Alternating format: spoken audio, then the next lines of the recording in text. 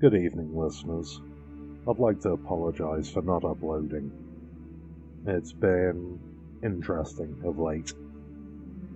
But I'm here to bring you some more stories, some more tales of terror, whatever you'd like to call them. I apologise for the quality of the microphone I'm using, but my microphone broke in October last year, and I've only just got round to getting something that I can record with. Thank you for your patience. And now, enjoy some creepy tales. The Chien De Mons by J.M. Nelson. War didn't turn out to be what I thought.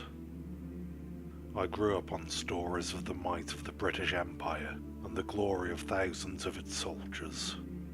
My father told me tales of great heroes from ancient times, slaying beasts and defending their honour. Yet, in the year of 1914, when I stared out across that desolate field of Mons, all of that faded away. They never told stories about the blood, the horror, the gore, or the sheer numbers in which life was lost. As I looked across that no-man's land, I could see nothing but a graveyard filled with skulls, horses, soldiers, shell holes, limbs, blood, fire. Everything but glory. I sat on the edge of the trench looking out. My rifle sat across my lap.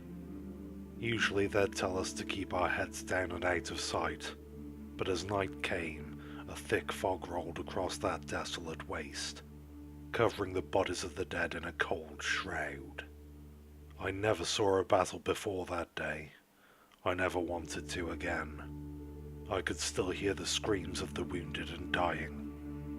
At first I thought it to all be in my head, but alas, as soon as my commander came to me and asked me to help the stretcher bearers fetch the wounded from the field, I knew that those screams out in the foggy darkness were a reality. I didn't want to go out there. I didn't want to step foot on that unholy ground, but I had to. Someone had to fetch the dead and dying. I just hated that it was me to be the one to do it. Fortunately, there were 3 others that would be joining me on the expedition out into the night. Davis carried the back end of my stretcher, while I led from the front. I don't remember his first name, but he'd been at Mons since the 23rd. By the way he carried himself, though, it was as if he had been there for a lifetime. The other 2 men, who carried the other stretcher, were Pratt and Howitt. I'd never seen them before, but my commander introduced us before we were sent out to the trenches, over the top, into the darkness of the Deadlands. Earlier that day, I never thought I would make it back to the British trenches. I thought that I would be stuck out in the wasteland forever amongst the dead and dying. Those machine guns fired close to me many times, and I didn't believe I would make it. The fog that rolled over all the shell holes and dying in the night reminded me of the smoke from the artillery, smoke from the rifles. My heart skipped a beat when I imagined a bayonet. I didn't like being back out there, even under the protection of nightfall. The 4 of us walked in a straight line. Pratt led the formation. Howitt, who carried the back end of their stretcher, walked directly ahead of me. Davis didn't like being on the tail end. In fact, he constantly complained about it before we set out. He asked that we flip a coin, just to see if he could try his luck. Alas, though, we were all luckier than he, but we were all unlucky enough to set back out into the waste. We were silent as we moved, trying to walk as quietly in the mud and muck as we could. Pratt tried to lead us around as many shell holes as he could, but we had to pass over and through a few of them. Water collected at the bottoms of each, knee-high too, where the rain from earlier that evening collected. None of us 4 looked down. We refused. Bloody limbs and rotting faces were strewn all about. A tree loomed up ahead, the only one left standing for hundreds of yards. From its branches hung bits of men, arms, legs, heads, innards. Its bark was withered. Not a leaf grew from its grimly decorated branches. The tree was death itself, and we were forced to look upon it. The crows that sat on the limbs, eating away at the hanging dead, flew off in the darkness as we passed, startled by the only life that stirred in such a place. The screams of the dead and dying echoed throughout the night, so powerful that they looked to be moving the fog itself, inward and outward, as if it were breathing. Pratt stepped over a corpse, right before he took a step down into a shell hole. Howard did the same, stepping over the body without even looking down. I tried, but my eyes could not break away. Maggots consumed the flesh of the dead fellow. His face, speckled with blood and shattered steel pieces, was the feast for hundreds of the white devils. The body of the dead man was torn apart. His legs were missing, as were his arms. His chest was split down the center, and his innards were missing. I felt what little food I had in my belly begin to climb up my throat, but I held it down. I would not show weakness in front of the veterans around me. I don't know how much further we walked before Pratt stopped our party. He led the four of us down into a deep, muddy crater that looked to be made up of at least 3 strikes from artillery pieces. A broken cart lay at the bottom of it. The wooden carriage was turned over, water halfway up the side of it. 3 dead men laid atop of it, hacked to pieces by some machine of war. They were fellow Tommies. I could tell by their uniforms. All were dead too. I felt sorry for them, yet Pratt led us to the other end of the crater, through the murky black waters and halfway up the steep muddy slope. There a soldier sat with an unlit cigarette in his right hand. His left dangled from the wrist, and his feet were peppered with metal. He sang a song softly to himself, something that I didn't hear until we grew closer. I must have been in my own little world while we walked, but Pratt, the oldest and most experienced out of the group, heard. As we approached the wounded soldier, he looked to Pratt and asked in a gravelly voice, "Have a light?" "They'll see," Pratt said, setting down his end of the stretcher. Howard set down his end as well, and moved closer to the wounded man. He knelt next to the soldier and began to examine his wounds. "Which of you is the doctor?" asked the wounded. "None of us," Davis chimed in. The wounded soldier nodded and adjusted his left arm, causing the halfway severed hand to slip ever so further off. He quickly rested it back onto his lap. He shook his head. "We have to get out of here soon, before he starts up again." Pratt stood over the wounded man. "What are you on about?" "The Frenchman. He won't shut the hell up. Hasn't at least." "I don't hear any Frenchman," Davis replied. Just as if it were on some sort of cue, there came a voice from the overturned wagon at the bottom of the crater. I turned my head, seeing what it was. There, leaning up against one of the shattered sides of the carriage, sat a pale-faced man with a thinly trimmed moustache. His hair was as black as night, and his eyes were hidden deep within the shadows of his sockets. He muttered to himself softly and repeatedly, as if it was some mantra to keep him awake. "Le chien, le chien, le chien." "The hell is he saying?" Howard asked the wounded soldier. The wounded Brit took his cigarette and placed it in his mouth as if he were going to smoke the thing. He shook his head, looking to the young Howard. "Don't speak a lick of French. Any of you?" "No," each of us said. "Leave him be. He's been saying that since sundown. I can't listen to it anymore. What's he doing all the way out here? I asked. The French lines are miles from here. Pratt shrugged. You two are the only living men we've seen for a while. We're taking you back. The wounded rolled his eyes and removed the cigarette from his thin, pursed lips. I can't listen to it anymore. A little longer won't kill you, Pratt said. He turned to Davis and me. Go and help him onto the stretcher. We'll take this one and wait atop the crater. Hurry though, Jerry likes to send patrols. Davis and I took the stretcher down into the crater. We set it gently on the muddy slope, trying to keep it out of the water.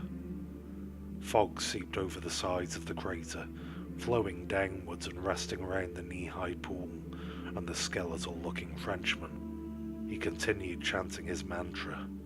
His breath turned into a steam as he spoke, accumulating with a thick mist that floated above the water around his body. Davis moved toward him first, saying quietly, Up we go, mate. We have to get you out of here.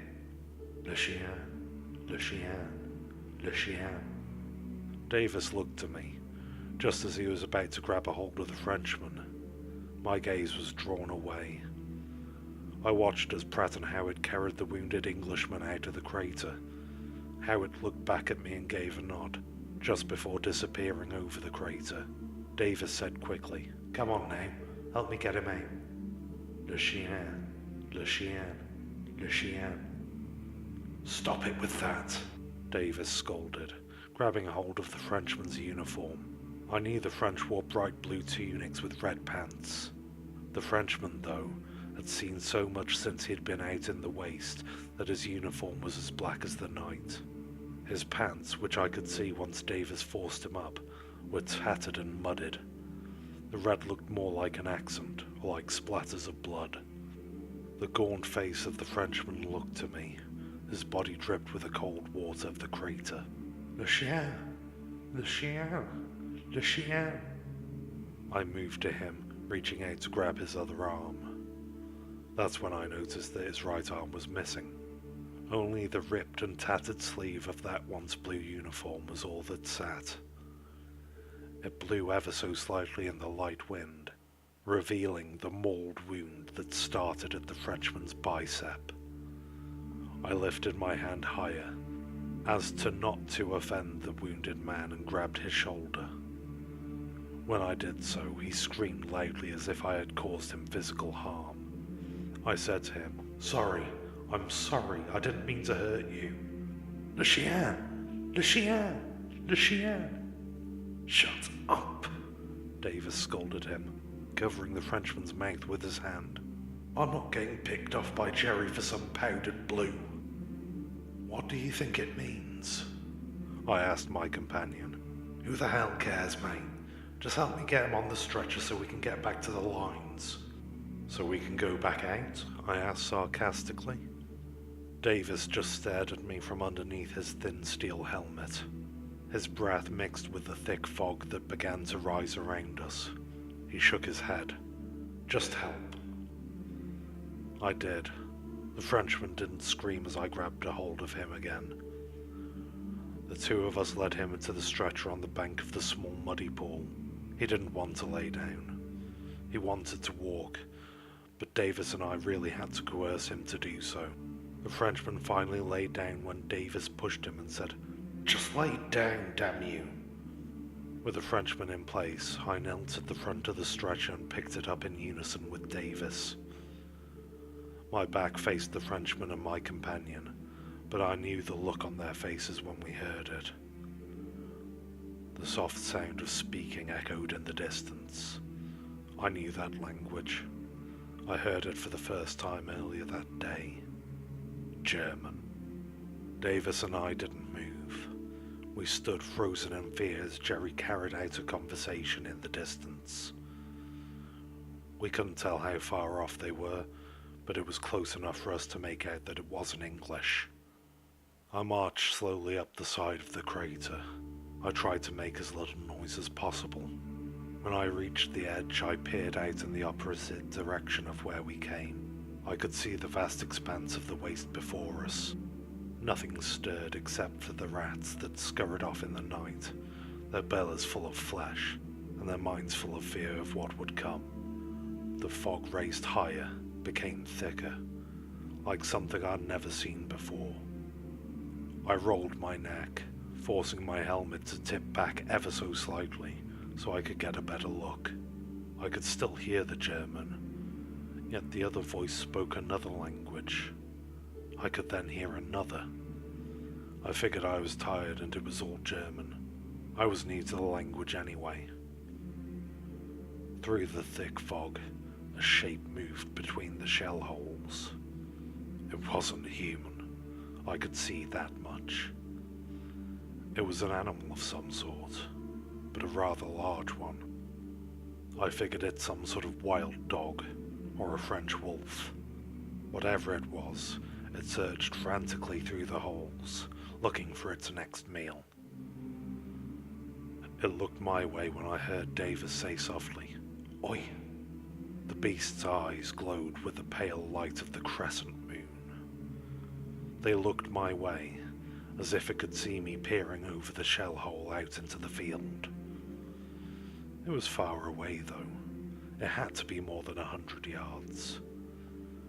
I stared at it as it stared back, wondering what it was and what it was doing.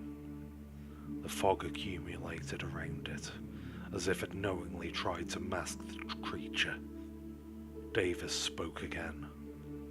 "Oi!" I looked back, annoyed and confused. "What the bloody hell is it? Where's Pratt and Howitt?"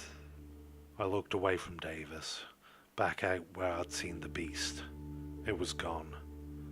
It must have been my imagination or a dream. I hadn't slept in over a day. I was tired. That's what it had to be.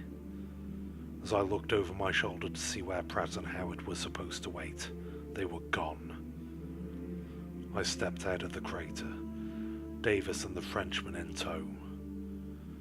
We walked around the crater, trying to see if we could see anything at all. We couldn't even make out fresh footprints among the dead and the muck. Davis scolded quietly. "Those cunts left us here."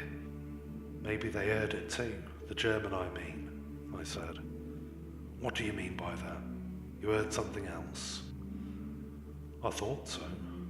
I can't be sure." Davis shook his head, and even though much of his face was hidden under the shadow of his helmet, I could tell he raised an eyebrow at me. "What was it?" "Le chien, le chien, le chien." The Frenchman's mantra began. Davis quickly let go of one of the stretcher handles and gave the Frenchman a swift slap on the head, then grabbed back a hold of the handle. The stretcher only wobbled for half a second, and it was so fast and executed so well. I figured Davis must have done that 100 times to other wounded men. He said to the Frenchman, "Enough with that." As Davis continued to scold the Frenchman, my gaze was drawn back out into the distance where I'd seen the dog. Nothing stirred. Everything was silent. Not a noise could be heard. The dead no longer cried in the distance. Only the soft mantra of the Frenchman could be heard, but that soon trailed off with Davis's scolding. Davis nudged the stretcher into my lower back and said, "Go on then, we should get moving." "What about Pratt and Howitt?" "Blokes left us, to hell with them," he said. With that, we began to march back to our lines. We didn't get very far before the Frenchman started chanting again. I could sympathize with the wounded Brit from the crater at that point. It began to get on my nerves as well. Davis began to scold the Frenchman again, keeping his voice low to not bring any attention. We continued moving, over and into the shell holes, and over the bodies of the dead. I felt an immense guilt at one point for stepping onto a skull that cracked under my boot. We stopped, listening to see if we could hear anything come from it. When we didn't, we moved on, with only "Le chien, le chien, le chien" to keep our minds occupied. I soon heard it again, the German. I stopped, kneeling down into the muck of a 2-foot deep dugout. 5 bodies laid in it, their backs to the air. They were a mixed bag of soldiers. I noted a pickle horb atop the head of one of the dead. A horse laid on him, keeping his face buried in the mud. I hoped that wasn't how he died. The German echoed through the air. Davis quickly covered the Frenchman's mouth with his hand, resting the right handle of the stretcher on his knee in the process. He asked me softly, "See anything?" I looked out into the darkness. I couldn't. There was only fog and death at first, yet slowly, as the fog began to part in an unnatural fashion, I could see it. I could see the great hound that I saw before. It was larger than I expected, larger than any dog I'd ever seen in my entire life. Its fur was black, a thick black too, as if it possessed the shadows of midnight. Its eyes glowed with a crescent shape, as if they were moons of their own. Bright they were, glowing and mesmerizing. The dog's ears were pointed, perked up as if ready to attack its prey. Its mouth was shut tightly, but I could see the moonlight dance off its long fangs that hung out of its elongated snout. Behind the beast it carried the voices. It's hard to explain, but I could hear multiple voices in multiple languages, radiating from the long tail of the creature that helped sweep away the fog in its wake. I heard German, French, English, and a handful of others that I'd never heard before. They spoke in rhythm as the beast trotted along the barren waste, heading in our direction. It hadn't spotted us, but it moved with such a haste that I feared it would soon. "Well?" Davis asked. It was then that the Frenchman sat up, looking out into the field. It was as if he had seen the beast before. His eyes grew wide, terrified by just the look of it alone. I understood. I couldn't quite comprehend what I looked at. He muttered, "Le chien." Then, as if he couldn't control himself, he let out a horrifying scream. It echoed throughout the darkness, loud enough that I wondered if the stars would burst. He grabbed his wounded arm, and then his chest, as if he could not bear the sight. He shouted to me, "Il m'a trouvé, le chien, le chien." Davis began to beat the man, but it only made things worse. The beast had heard, and continued to hear the commotion that we caused. I looked at it, and it looked at me. Those glowing eyes stared into my soul, setting it aflame. The shadows of its fur pulled off, flowing from it as if it were part of the beast's hide. Its trot began to pick up as it moved ever so closer to us. I turned, looking to Davis. "We need to go." Davis, finally breaking out of his rage, came to his senses and looked out across the wasteland. He too saw the beast, but only let out the question, "The hell is that?" "Le chien! Le chien! Le chien!" We didn't waste any more time. We began to run, knocking the poor Frenchman around on the stretcher as we did so. I didn't want to look back. My hair stood on end, as if I knew the beast gained on us. I had to know if it followed. I glanced back, seeing only those eyes amongst the fog, still at a distance, but moving ever so closer. I could see Davis's face clearly for the first time. Sweat rolled down his face. His eyes were wide open.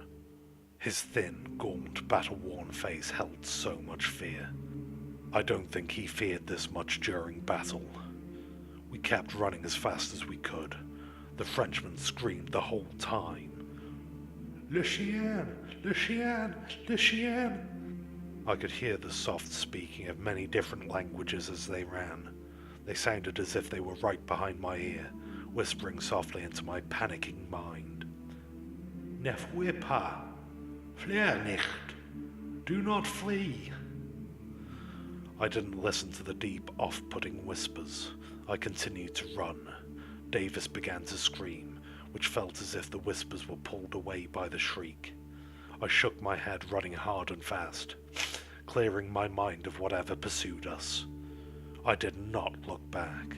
I couldn't look back.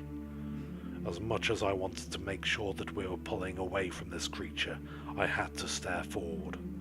I could hear the beast's paws splashing in the mud as it grew ever so closer. The fog grew so dense that I could not see that far ahead. Yet as if it were a shadow behind a thick grey veil, the lone tree loomed in the distance, as if the fog radiated around its tall, grim branches. I wasn't sure how far away it was, but as soon as I could see the tree, I told myself that's where I needed to go. I knew that it was close to our lines. I knew that if we could draw the beast away, our troops could shoot it. I just had to make it to the tree. I repeated it to myself. Then I would almost be home. Le chien! Le chien! Le chien! My strides grew. I tried to gain as much ground as I could. I tried to lead Davis and the Frenchman around each of the massive shell holes that surrounded us. I staggered a bit around each, trying not to topple over inside. I felt the grip of the stretcher squirm in my hand ever so slightly, causing me to look back towards Davis. He struggled. His right foot slid into one of the shell holes. Fortunately, he could keep his balance and only slowed for a moment. My pulling of the stretcher as I ran gave enough force to drag him out for a fraction of a second as he found his footing amongst the wet, loose soil. In that small fraction of a second that I looked behind me, I could see the beast, clear as day, as it galloped towards us. The shadows trailed behind it. Those crescent eyes glowed brighter, as if its hunger for our flesh was fueling it to gain on us. Its snout snarled up, lifting those dark flaps of flesh upward, and showed the monster's gnashing fangs. A slight bark echoed from the back of its throat, but was drowned out by the soft whispers. Loin avec vous, ich bin der Wischlinge. I am the Void. I ran harder, I ran faster. It wasn't fast enough. Davis could make it. I could feel the stretcher pressing into my back as he ran harder, as he ran faster than me. I feared the worst. I feared that the beast would catch us. I feared I wasn't good enough to escape. It would get us because I was too slow. Davis shouted, "Keep going! Keep running!" I could see the tree clearly, its tall, gory branches still strewn with bits of flesh and limbs. I just had to make it to the tree. I could see the bark, clawed and chewed by battle. I could see it so clearly. Never had I thought something so grim, something so dark would be something that I cherished. Right as I could reach out and touch the tree of the dead, I felt a pull on the stretcher and the back end fall into the mud. One of the back handles hit a corpse, jostling the weight around, forcing me to lose my balance and sending the Frenchman flying into the mud. I too fell, losing my footing and stumbling forward. I splashed into the mud face first. My head crashed against a loose skull, causing my forehead to gush wildly from a large wound. I put my arms out from my chest to lift myself upwards and regain my composure. As I did, I felt the mud seep in around me, as if the dead among it were trying to drag me down. Fluchte nicht. N'échappe pas. No escape. I turned onto my back, crawling away. I could only see the Frenchman who struggled to sit up. He continued his chanting as if it would save him from a fate unknown. Davis, though, I could not see. I squinted out into the foggy darkness, trying to get a glimpse of him. I scanned the area around me, but he was gone, vanished into thin air. All of him lost, except for the thin helmet that he wore laying in the mud. I knew, though. I knew what happened. I, still nervous and terrified, had to call out for him. "Davis?"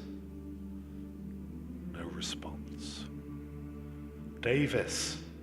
I stood, moving away from the Frenchman. I, in a quick moment of desperation, planned to leave him. I wanted to live. I had to live. I couldn't let him slow me down. I turned my back to the Frenchman. Yet, as I turned, the great beast sat before me, right underneath the dead tree. It truly was a creature of the shadows. Darkness swirled and danced around the beast. Its mouth hung open, a thick steam radiating from its gaping maw. A deep gurgling sound echoed from the back of its throat, as if it were ready to bark. The shadows around its snout began to peel back, as if its flesh were being skinned, revealing a thick, ivory wolf skull that sat atop a shadowy figure. Its eyes remained within those black sockets, glowing with the haze of the moon. I stepped away from the beast, back towards the Frenchman. "Le chien! Le chien! Le chien!" The beast began to speak again, but I didn't listen. I covered my ears, literally pained by the words that it spoke. They felt as if they were the biting and gnashing at my brain, making it feel as if it were trying to claw its way into my very soul. The Frenchman began to crawl away with his one good arm. His fingers sank into the thick muck as he tried to pull his body away from the monster. I wanted to run. I tried to run, but the beast's words held me into place. They forced my body to stand still as it inched closer to me. Its eyes broke away from mine, drawn to the escaping Frenchman. I heard it say, "No escape." The beast broke away from me, moving towards the wounded man. In a second it was upon him, biting away at his flesh, though not eating him. It wounded and maimed, but it did not feed, as if it were trying to cause him physical harm, but not satisfy its unending hunger. The Frenchman screamed loudly, filling the night air with such a horrifying shriek. The beast grabbed a hold of his leg, dragging him away from the tree towards a nearby shell hole. I should have taken that chance to run. I should have kept going. Yet cruelty holds a human heart, but mine was filled with nothing but pity. I pitied the Frenchman, and I was sent to save him. I needed to do that. If I didn't, Davis and the others were taken for nothing. That, in my mind, was glory. That was the last time I would ever believe in such a word. I leapt forward, grabbing a hold of the Frenchman's good arm. I dug my feet into the mud, trying to get as much weight to counter the hound. Its skeletal face glared at me, its fangs dug in tight on the Frenchman's calf with a few quick nibbles. "Il m'a trouvé!" the Frenchman exclaimed. I tried to fight the beast, but it was too difficult. It truly was a mighty creature, and pulled the Frenchman away from me, dragging him deep into the nearby shell hole. I dove forward trying to grab a hold of the Frenchman, yet it was no use. The beast drug him down the slope of the hole, the Frenchman kicking up mud the whole way. The hound began to sink into the black swampy waters at the bottom. The shadows that radiated from its body swam across the surface of the pool, breaking away from its skeletal body. The Frenchman looked to me, horrified, and I tried one last time to help. I slid down into the hole, fearful that I too would be taken. Yet, in my moment of glory, that all faded from my mind as I reached for his hand. He grabbed me, screaming in fear. The beast, though, pulled him away from me, dragging him under the water. As the Frenchman's head submerged, his grip went limp and his arm threw back, and quickly disappeared under the small pool of water. I heard it speak a final time. Kein Leben. Suleiman l'amour. I expected there to be thrashing. I expected there to be some form of struggle beneath the water. Yet it sat completely undisturbed. I stood, collecting my thoughts and terrified of what I just witnessed. As I stared at the pool, dumbfounded and waiting for the beast to emerge, I could see a strange city. It glistened off the top of the water as if it were a reflection. I glanced upwards, seeing if I could see it with the naked eye, but I could only see the darkness of the night. There stood 7 towers made of some ivory material. Many buildings there were, hundreds if not thousands of them. The city was tall, expansive, and majestic in the most haunting ways. I'd never seen anything like it, never heard of such a place. Just as fast as I saw it, the image faded away, being replaced by the image of the night sky. I shuddered, waiting for the beast to emerge and take me to that city. It never did. I became so shaken by the event that I did not leave that hole for 2 days. The battle raged on in the distance, but I could not muster the courage to go. At night I feared the beast would come and take me. I feared he would claim me and take me to wherever he took the Frenchman and Davis. I became broken by the very thought of what it was. On the night of the 2nd day, a group of 6 men stumbled upon me. They said they recognized me, but I could not recollect any of them. They asked me what happened to Davis. I didn't respond. They asked me what happened to Pratt and Howitt. I couldn't tell them. As they set their stretcher down, looking around nervously in the night, fearful of what monsters lurked out in the darkness, they kept asking me questions, pressing for details. I watched as one of them peered out of the shell hole. He tipped his helmet back, saying, "There's something out there." The others looked fearful, nervous of some German patrol, but they did not know what else stalked the field of Mons. The one closest to me asked, "What is it?" "Le chien," I said. "Le chien, le chien, le chien."